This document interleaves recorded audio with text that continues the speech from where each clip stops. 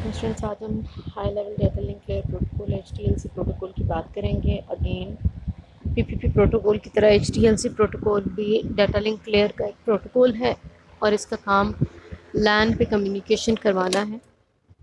लैन पे communication HDLC करवाने में क्या अपना रोल प्ले करता है और क्या क्या सर्विसेज और फीचर्स प्रोवाइड करता है और डाटा लिंक लेयर के कौन कौन से फंक्शंस जो हैं इसके थ्रू परफॉर्म किए जाते हैं, हम वो सब इस लेक्चर में देखते हैं। HDLC प्रोटोकॉल के बारे में जानते हुए हम देखते हैं कि ये किस तरह से डाटा ट्रांसफ़र करता है from one node to another node, because again HDLC protocol data link layer का प्रोटोकॉल है, सो ये भी node to node data delivery के लिए रिस्पॉन्सिबल है। तो नोड टू नोड ये डाटा की डिलीवरी कैसे करवाता है, क्या इसके फीचर्स हैं, क्या इसकी फंक्शनैलिटी है, उस पर हम आज बात करते हैं। HDLC प्रोटोकॉल एक bit oriented synchronous data link layer protocol है जिसे ISO ने बनाया था। सिंक्रोनियस है मींस इसके अंदर सेंडर एंड रिसीवर की कम्युनिकेशन जो है वो सिंक्रोनाइज्ड होती है, और बिट ओरिएंटेड है मींस इसमें जो डाटा सेंड एंड रिसीव होता है वो बिट बाय बिट है, बिट लेवल पे यहाँ पे कम्युनिकेशन होती है। HDLC कनेक्शन लेस और कनेक्शन ओरिएंटेड दोनों सर्विसेज के साथ काम करता है। HDLC सिंक्रोनियस ट्रांसमिशन को यूज़ करता है और फ्रेम की फॉर्म में डाटा सेंड एंड रिसीव करवाता है, जो कि हमारे पास डाटा लिंक लेयर का फंक्शन भी है कि वो फ्रेमिंग करता है और नोड टू नोड डिलीवरी के लिए, डाटा की डिलीवरी के लिए फ्रेम को ही यूज़ करता है एज अ कैरियर। HDLC को ISO ने point to point and multi point दोनों लिंक्स के लिए बनाया है। अगर हम इसको कंपेयर करते हैं PPP प्रोटोकॉल के साथ, तो PPP protocol specifically point to point links के लिए डिज़ाइन किया गया, लेकिन अगर हमें multi point communication plus point to point communication दोनों करनी है तो फिर हम PPP के बजाय HDLC प्रोटोकॉल को यूज़ करना प्रेफर करेंगे। HDLC फुल डुप्लेक्स कम्युनिकेशन को सपोर्ट करता है। इसके अलावा HDLC जैसे कुछ अदर सिमिलर प्रोटोकॉल्स भी हैं, जैसे कि SDLC, AD, CCP and lab भी एंड एक्सेट्रा। इसके अलावा भी लैब भी हमारे पास से कुछ और भी प्रोटोकॉल्स हैं जो HDLC की जगह रिप्लेसमेंट में यूज़ हो सकते हैं। लेकिन सबसे ज़्यादा कॉमन जो हमारे पास डाटा लिंक लेयर पे यूज़ होने वाला प्रोटोकॉल जो कि point to point and multi point links के साथ काम कर सकता है, सिंक्रोनियस है, फुल डुप्लेक्स कम्युनिकेशन करवाता है, बिट ओरिएंटेड है, वो हमारे पास बेसिकली HDLC प्रोटोकॉल है। HDLC प्रोटोकॉल के अगर हम फीचर्स को देखें तो ये सबसे पहली बात मोस्ट वाइडली एक्सेप्टेड प्रोटोकॉल है, क्योंकि ये high level of flexibility, adaptability, reliability and efficiency of data communication provide करता है। फुल डुप्लेक्स कम्युनिकेशन इसके साथ पॉसिबल है, जो कि सिस्टम की एफिशिएंसी को इंक्रीज़ करती है। बिट ओरिएंटेड प्रोटोकॉल होने की वजह से इसके अंदर जो है use bits to stuff flags occurring in the data. इसकी वजह से हम क्या कर सकते हैं, हमारे डाटा के अंदर कुछ स्पेसिफिक फ्लैग्स इंडिकेशन के लिए डाटा के साथ ऐड कर सकते हैं फ्रेम्स के अंदर। चूँकि ये बिट ओरिएंटेड है इसलिए फ्रेम की फ्लैग की कुछ बिट्स भी फ्रेम के साथ ऐड की जा सकती हैं। फ्लो कंट्रोल को मैनेज करता है, किस तरह से स्लाइडिंग विंडोज़ को यूज़ करते हुए विंडो के साइज़ को सेंटर एंड रिसीवर साइड पर एडजस्ट करते हुए फ्लो को भी कंट्रोल कर सकता है HDLC।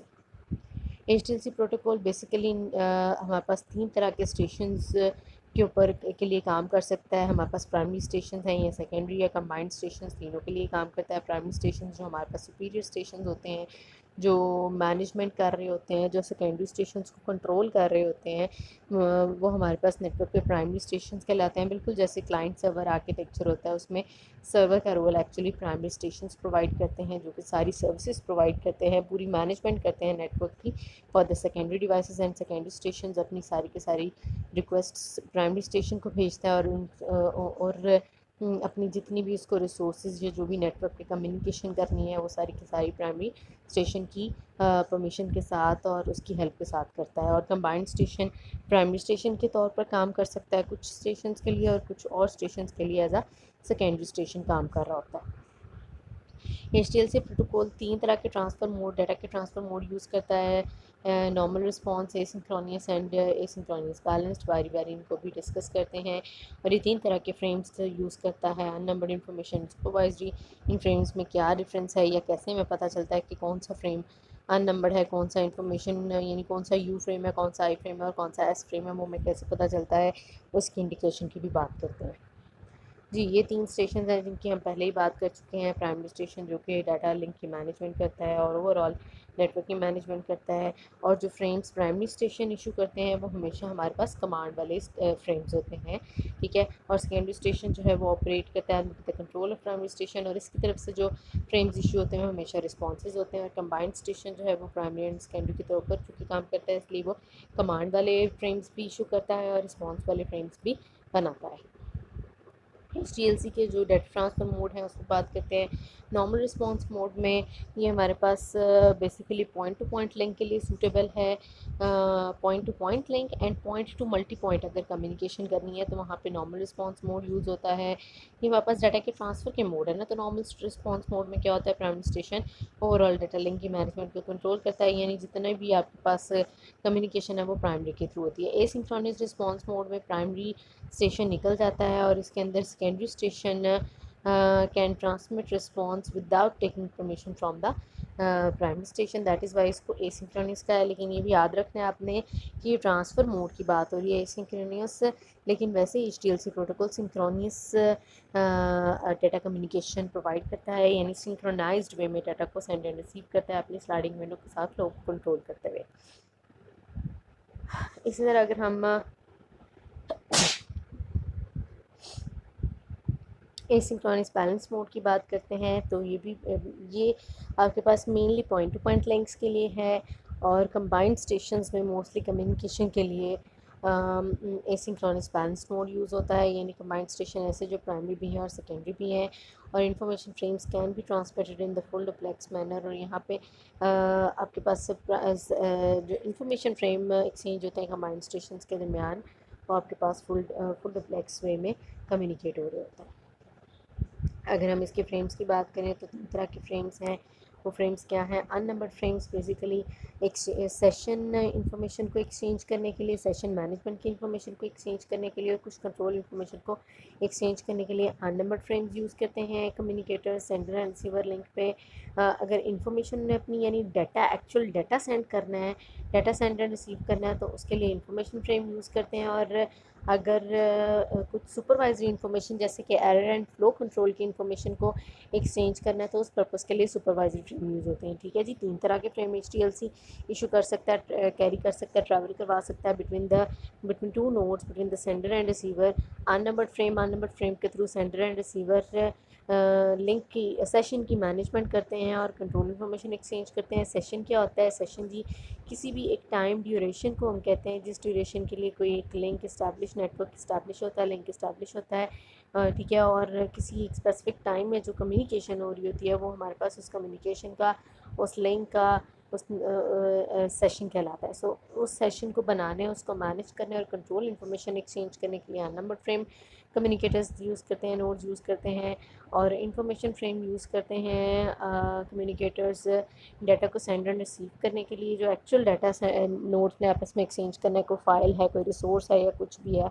और सुपरवाइजरी फ्रेम आपके पास एरर एंड फ्लो कंट्रोल की इंफॉर्मेशन को एक्सचेंज करने के लिए यूज़ होते हैं। अब इन तीनों नंबर्स की कोई ना कोई इंडिकेशन है हमारे पास। जो HDLC का फ्रेम बनता है उसके अंदर एक कंट्रोल फील्ड एग्जिस्ट करता है। कंट्रोल फील्ड की पहली फर्स्ट बिट या फिर फर्स्ट 2 बिट्स को देख के ये हम अंदाज़ा लगा सकते हैं, जज कर सकते हैं कि ये फ्रेम आपके पास एक पर्टिकुलर फ्रेम अननंबर्ड फ्रेम है, यानी यू फ्रेम है, आई फ्रेम है या एस फ्रेम है। यू फ्रेम की क्या निशानी है, यू फ्रेम की निशानी है कि अगर आपके पास आपके जो HDLC का फ्रेम बनता है उसके अंदर जो कंट्रोल फील्ड है अगर उसका फर्स्ट वाला बिट 0 हो तो आपके पास वो इंफॉर्मेशन फ्रेम होगा। अगर फर्स्ट और सेकंड बिट 1 और 0 हो तो वो सुपरवाइजरी फ्रेम होगा। और अगर फर्स्ट और सेकंड बिट दोनों 1s हों तो आपके पास वो अननंबर्ड फ्रेम कहलाएगा, ठीक है जी। HDLC के फ्रेम का स्ट्रक्चर हम देख रहे हैं, फ्रेम का फॉर्मेट हम देख रहे हैं। फ्रेम के फॉर्मेट में यहाँ पे एक कंट्रोल फील्ड है और इस कंट्रोल फील्ड की पहली या फिर पहली 2 बिट्स को देख के हम ये जज कर सकते हैं कि फ्रेम कौन सा है, अननंबर्ड है, इंफॉर्मेशन है या फिर सुपरवाइजरी है। उसके लिए अगर तो वो इंफॉर्मेशन है तो पहली बिट 0, सुपरवाइजरी के लिए पहली 2 1 0 एंड अननंबर्ड के लिए पहली 2 बिट्स 1 1 होंगी, ठीक है। अब इसके फ्रेम फॉर्मेट को एक दफ़ा देख लेते हैं। आपके HDLC के फ्रेम का फॉर्मेट कुछ इस तरह से कि इसमें पहली और आखिरी फ्लैग की फील्ड्स हैं जो कि 8 बिट्स लेती हैं। Then second field address field है जो कि 8 बिट लेती है लेकिन एक्सटेंडेबल है, यानी इसको फ्यूचर में एक्सटेंड भी किया जा सकता है डिपेंडिंग अपॉन कि आपके पास साइज़ जैसे जैसे इंक्रीज़ करेंगे, साइज़ के लिए ज़्यादा बिट्स चाहिए होंगी, सॉरी एड्रेस के लिए ज़्यादा बिट्स चाहिए होंगी, वैसे वैसे आपके पास इसका साइज़ इस फील्ड का इंक्रीज़ हो सकता है। कंट्रोल फील्ड का साइज़ 8 या फिर 16 बिट होता है। इन्फॉर्मेशन फ्रेम हमेशा अगेन उसी तरह इन्फॉर्मेशन फील्ड फ्रेम के अंदर हमेशा वेरिएबल लेंथ का होता है। इन्फॉर्मेशन एक्चुअली वो डाटा कैरी करना है जो सेंडर एंड रिसीवर ने कम्युनिकेट करना है, तो वो इन्फॉर्मेशन के फ्रेम का साइज़ वही होगा जितना डाटा सेंड एंड रिसीव किया जाएगा। देन एफएससी आपके पास फ्रेम चेक सीक्वेंस आपके पास एरर डिटेक्शन के कोड को कंटेन करता है। सीआरसी कोड कंटेन करता है डाटा के अंदर मौजूद एरर को चेक करने के लिए। ठीक है, बारी बारी इन सारी फील्ड्स को हम एक्सप्लोर करते हैं। सबसे पहले कंट्रोल फील्ड की बात कर लेते हैं। कंट्रोल फील्ड के बारे में हमने पहले भी कह दिया कि इसकी पहली फर्स्ट या फिर फर्स्ट 2 बिट्स सबसे पहले तो फ्रेम की टाइप की इंडिकेशन करते हैं कि कौन सा फ्रेम है। ठीक है, उसके बाद इंफॉर्मेशन फ्रेम की second, third and fourth bit centre के सीक्वेंस नंबर को याद रखता है, क्योंकि याद रखें यहाँ पे HTLC स्लाइडिंग विंडो को यूज़ करते हुए फ़्लो को कंट्रोल कर रहा है, इसलिए सेंडर ने किस सीक्वेंस नंबर से कौन सा नेक्स्ट फ्रेम सेंड करना है उसका सीक्वेंस नंबर इंफॉर्मेशन फ्रेम के अंदर होता है, और रिसीवर ने कौन सा रिस्पांस देना है, क्या रिस्पांस देना है, उस फ्रेम का सीक्वेंस नंबर, रिसीवर का सीक्वेंस नंबर NR में होता है, और वो 6, 7 एंड 8 बिट होती है। फिफ्थ बिट जो है आपके पास पोल टू फाइनल बिट है। Poll to final bit basically आपकी जो डाटा सेंड एंड रिसीव हो रहा है उसकी लास्ट बिट को इंडिकेट करने के लिए फिफ्थ वाला यहाँ पे हम बिट यूज़ करते हैं कंट्रोल फील्ड का।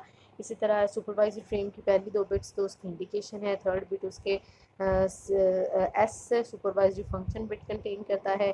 फिफ्थ अगेन इसमें पोल टू फाइनल बिट है, एंड 6 एंड 8 भी इसके अंदर रिस्पॉन्स रिसीवर का सीक्वेंस नंबर है। अननंबर्ड फ्रेम जो कि आपके पास किस मकसद के लिए था, control information and session management के लिए था। उसकी पहली 2 बिट्स तो उसकी इंडिकेशन है, तीसरी और चौथी बिट एम यानी कि मैनेजमेंट या फिर अननंबर्ड फंक्शन की बिट है।